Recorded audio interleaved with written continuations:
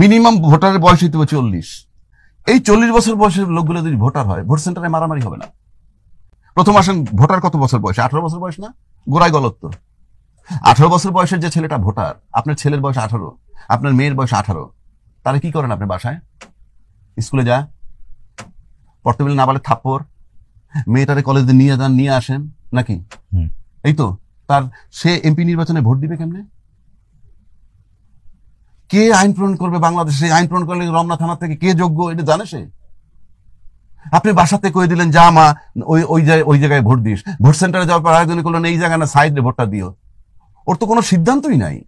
আপনি এই লোকটার ভোট নিয়ে কিভাবে এমপি হন? তাহলে আপনি এক্ষেত্রে আপনার পরামর্শ? আমার পরামর্শ, খাক বা না খাক, মিনিমাম ভোটারের বয়স হইতে হবে 40। কারণটা কি? কারণ রাসূল পাক জন্মে রাসূল ছিল, নবুয়তি 40-এ। 40 হলো পরিপক্কতার চিহ্ন।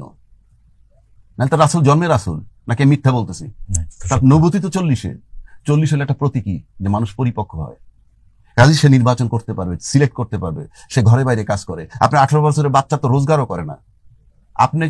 আপনার বলে চিপস নিয়ে এসো, আপনার বলে চকলেট নিয়ে এসো, আইসক্রিম নিয়ে, এইগুলো তার থিঙ্কিং। সে নাকি ল মেকারের ভোট দিবে। তাহলে তো পাগলের দেশ। 40-এর নিচে প্রার্থীও হতে পারবে না। তাহলে হওয়া উচিত না তো, উচিত না। কারণ আপনি ভোটার কম হোক, এখন 12 কোটি ভোটার আছে, সেটা 4 কোটি হোক, হোয়াট ইজ দ্য হার্ম?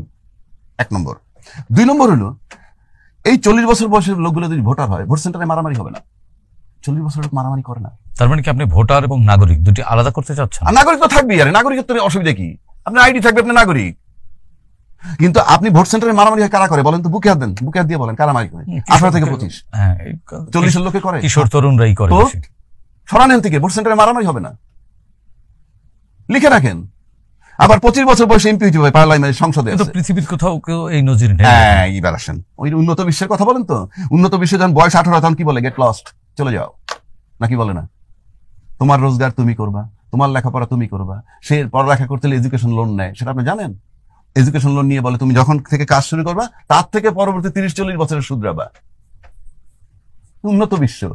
সে তো মাঠে নেমে 6 মাসের মধ্যে দুনিয়া দেখে ফেলে, ওরে আল্লাহ পড়তে হবে, ব্যাংকে টাকা নেওয়া লাগবে, আমার দায়িত্ব আমার, যে আমার দায়িত্ব নিতে পারে সে তো অন্যের দায়িত্ব নিতে পারে, চুজও করতে পারে। আপনার লোকে সেটা আছে? আপনাকে এই যে আমরা উন্নত বিশ্বের তুলনা দেই, হ্যাঁ, রাম ছাগলের মতো আল্লাহ। উন্নত বিশ্বের আপনি নিজে উন্নত না, আপনি উন্নত দেশ টানলে কি হবে?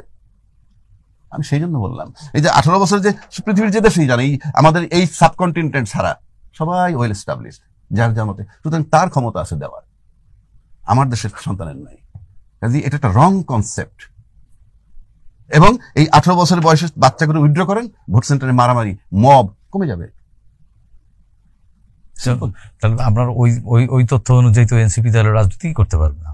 হ্যাঁ, আপনি আনেন, করতে পারবেন না, অসুবিধা কি? করেন না। সংবিধান বলতেছে 25 বছর বয়সে এমপি মন্ত্রী, 27 থেকে 32 বছর বয়সে বিসিএস সহ ছাত্র থাকে। আপনি এই জায়গায় তো ছাত্র রাখছেন, এই জায়গাটাই তো ছাত্র রেখে দিচ্ছেন। 1, 2, 100 ভাগ মূর্খ, 100 ভাগ মূর্খ। আবারও বলতেছি 100 ভাগ মূর্খ এলাও করতেছেন আপনি মেম্বার অফ পার্লামেন্ট হওয়ার জন্য। সংবিধানে বলা আছে শিক্ষাগত যোগ্যতা না।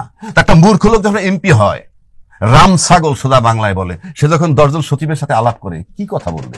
আপনি বলেন না, কি কথাটা বলবে? কি মমতাজ কথা বলছে আর্মি জেনারেলদের সাথে বসে, কি আলাপটা করছে? কি আপনি বলেন না, কি আলাপটা করছে? কি হাইটে যায় আমার বন্ধুর বাড়ি, এই কইছে আর কি? আপনি বলেন না, কি কথা বলবে? আইজির সাথে কি কথা বলবে? জি, এই দেশটা হলো মূর্খ লোকের জন্য দেশ, এবং পলিটিক্স ইচ্ছাকৃতভাবে বানাইছে, পরিষ্কার।